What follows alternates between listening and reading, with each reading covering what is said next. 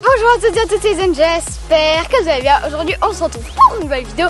Aujourd'hui Dr Raph nous a préparé une nouvelle vidéo consacrée au pass direct parce que j'ai envie d'améliorer mon jeu en une touche. C'est parti, Dr Raph va nous expliquer. Voilà Eli, alors aujourd'hui, bah oui, effectivement, vidéo consacrée aux passes. Je sais que tu aimes bien ces exercices et plus précisément les passes en une touche de balle. Hein, on avait vu le contrôle passe, on avait vu des choses comme ça c'est bon, c'est acquis. Je voulais revenir sur les explications pour les plus petits, pour les plus jeunes, les débutants, comment utiliser le jeu en une touche de balle, d'accord? Est-ce que tu sais quand c'est qu'on utilise le jeu en une touche, toi? Quand il y a un adversaire qui est sur nous. Très bien, voilà, donc quand on est sous pression, puis qu'on a des adversaires autour de nous, on n'a pas le choix, il faut qu'on rende le ballon soit à un coéquipier qui nous l'a déjà passé, ou alors la passer à un autre coéquipier, parce qu'on est sous pression et puis on ne doit pas perdre le ballon. Donc il faut pouvoir se sortir de situations des fois stressantes, et puis on n'a pas le temps de la contrôler et de la passer, on doit la donner tout de suite, d'accord? Ouais. Maintenant il y a un autre truc qu'il faut aussi savoir, hein, jouer en une touche de balle, on peut le faire avec toutes les parties du pied, on est d'accord, hein? On peut très bien le faire avec l'extérieur, la partie supérieure du pied ou alors l'intérieur du pied. Ça va dépendre de la situation, la position dans laquelle on est. Aujourd'hui, on va se concentrer sur le travail avec l'intérieur du pied pour comprendre le principe. On fera d'autres vidéos, on pourra peut-être travailler les autres surfaces du pied. Il y a plein d'exercices qui existent, donc ça fera l'objet d'autres vidéos. Alors voilà, les situations de match dans lesquelles on a besoin de pouvoir se sortir de ce genre de situations un peu stressantes. Il y a deux façons hein, que le ballon arrive. Il y a une fois, le ballon il peut arriver d'une manière assez molle parce que le copain a fait une passe un peu molle. Ou alors c'est le contraire, le copain est un peu stressé puis il a fait une passe bien appuyée puis elle arrive un peu vite. Ce qui fait que des fois, nous on rate notre passe, notre première touche parce qu'on n'est pas prêt, ou notre position n'est pas la bonne, ou notre pied n'est pas prêt à recevoir le ballon. Donc il faut savoir plusieurs choses pour pouvoir assurer ces passes en une touche de balle. Et puis ça, c'est sûr, c'est des travaux de drill, c'est des exercices qu'on peut faire de passe, mais il y a des bases qu'il faut quand même savoir, à commencer par le ballon. Où est-ce qu'on va le frapper le ballon? Ça c'est important de savoir. À ton avis, quand on va prendre une passe à l'intérieur du pied, et où? Au milieu. Et oui, on va essayer de la taper dans son centre, c'est ça le but. Donc si on arrive à la taper dans son centre, ça c'est vraiment l'idéal pour que le ballon reparte bien comme il faut. Par contre, ce qu'on peut voir de temps en temps, c'est qu'on n'est pas prêt et puis on va taper la balle un peu trop dessous. Et qu'est-ce qui se passe si on la tape trop dessous? Elle lève. Elle va lever et puis elle va pas revenir sur le copain comme il faut. Et c'est la même chose si on la tape un peu trop dessus.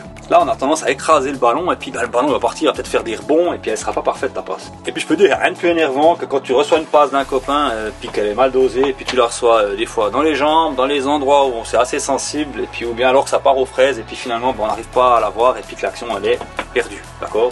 Pire, tes copains ils vont pas te la repasser après parce qu'ils vont dire celui-là il sait pas me faire une passe. Donc on va essayer d'éviter cette situation. Donc le ballon c'est très important, il faut savoir où le taper, d'accord?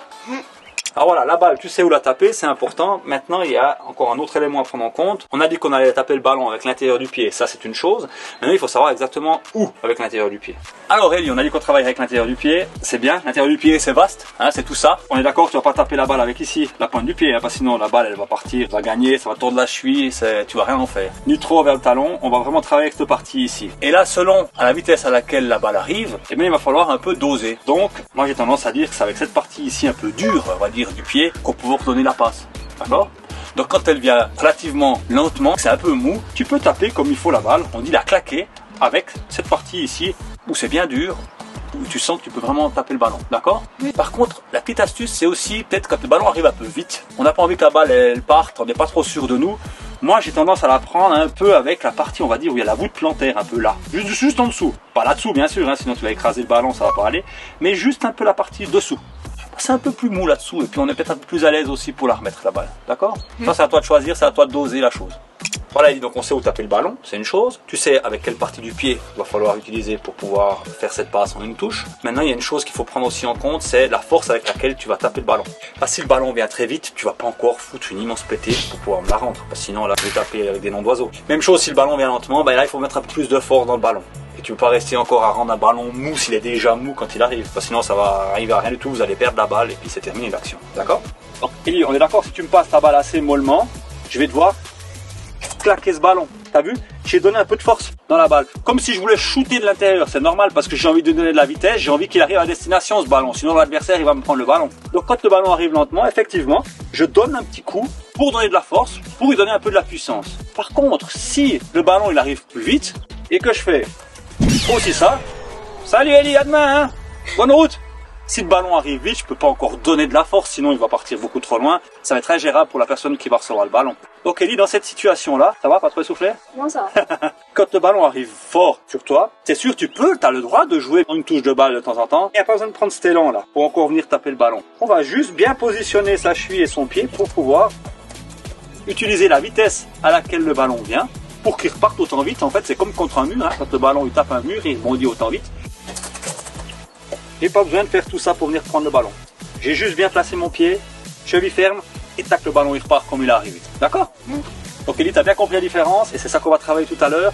Quand le ballon arrive trop lentement, on le claque comme il faut, avec un peu de force, pour qu'il reparte comme il faut et tout droit. Et quand il vient trop vite, on a juste à pousser un peu le ballon. La différence entre venir le claquer pour donner de la force, ou alors juste le pousser un peu en avant pour que la balle reparte à la vitesse à laquelle elle arrive. Puis dernière chose, on l'avait déjà vu dans une vidéo, Elie, tu te souviens, si un ballon vient très fort sur nous, notre corps il peut nous aider à pas être trop raide. Il peut être comme un bâton ou bien un mur qu'un ballon, il vient juste frapper. Si on est un peu plus souple sur nos appuis, on arrive un peu à amortir la vitesse du ballon et puis la rendre plus facile à contrôler pour le copain qui on fait la passe. Donc on est toujours bien sur ses appuis, on est souple. Et quand on reçoit la balle, ben on peut réagir, mais au moins c'est tout le corps qui amortit la vitesse à laquelle le ballon arrive. Et dans le football. Très bien Elie, alors la théorie c'est terminé et puis maintenant on va mettre ça en pratique. Donc le but de cette vidéo, je reviens sur le principe, hein, c'est vraiment de faire le distinguo quand la balle arrive forte sur soi ou alors quand elle arrive un peu trop mollement et puis qu'il faut la rendre en une touche. Premier exercice, on va commencer à travailler à 4-5 mètres de distance, juste pour commencer à comprendre. C'est le joueur qui travaille, la personne qui fait la passe va des fois donner la passe lentement et des fois un peu plus forte pour pouvoir justement apprendre à doser un ballon quand il vient rapidement ou quand il vient plus lentement. Donc Elie, ça sera des fois sur le pied gauche, des fois sur le pied droit, ça c'est une chose, mais il va falloir jauger un petit peu la force que tu vas devoir mettre dans la passe pour qu'elle reparte très bien dans ma direction. D'accord? Ça vient lentement. Oui, bien joué. Il faut surtout qu'elle soit précise. Et là, je la fais plus forte. Voilà, t'as juste mis le pied, très bien.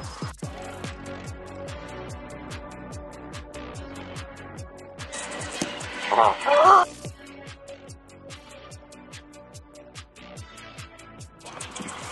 Tac. Voilà, alors ça vient. On la claque. La même plus forte. Oui, bien joué. Et quand ça se passe bien, on peut écarter la distance puis le faire d'un peu plus loin. On est passé sur une distance plus grande, entre 8 et 10 mètres, pour pouvoir voir la différence maintenant sur une distance un peu plus grande. Bien joué. Et là, bien lentement. Voilà, là on va mettre la force, très bien. Et c'est la personne qui fait la passe qui s'adapte, qui varie la force des passes pour pouvoir faire travailler l'enfant.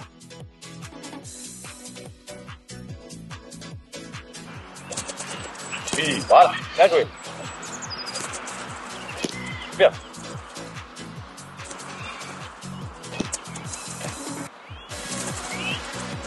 Bien joué.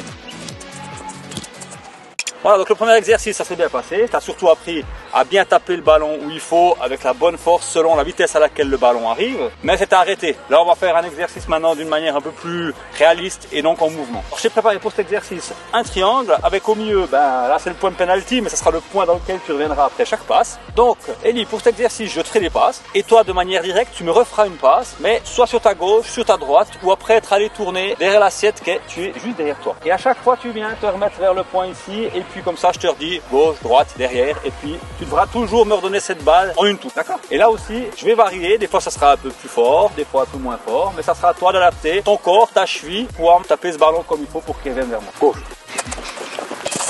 Droite. En arrière. En arrière. Droite. Gauche. Droite. En arrière. En arrière. Droite. Gauche. Super. Droite. Gauche. En arrière. Gauche. Gauche. Droite. Droite. En arrière. En arrière. Droite. Gauche. Yes! Et donc voilà, c'est la fin de cette vidéo. Je remercie énormément Dr. Raph pour les deux petits exercices et les astuces. Déjà, en faisant la vidéo, je me suis déjà assez amélioré. Voilà, c'était des gestes basiques, tu sais déjà les faire, il y a des choses que tu arrives déjà à faire, on avait déjà vu des vidéos là-dessus. Mais c'est vrai que c'était pour les débutants, pour les petits, pour bien leur apprendre les bases avant de passer à des exercices plus difficiles. Et puis voilà, c'était l'occasion de retravailler ce jeu en une touche, Elie. Ouais. Yes! J'espère que vous avez aimé cette vidéo. Like et abonne-toi à ma chaîne et à mon Instagram qui a été créé juste ici. Et sur ce, ciao.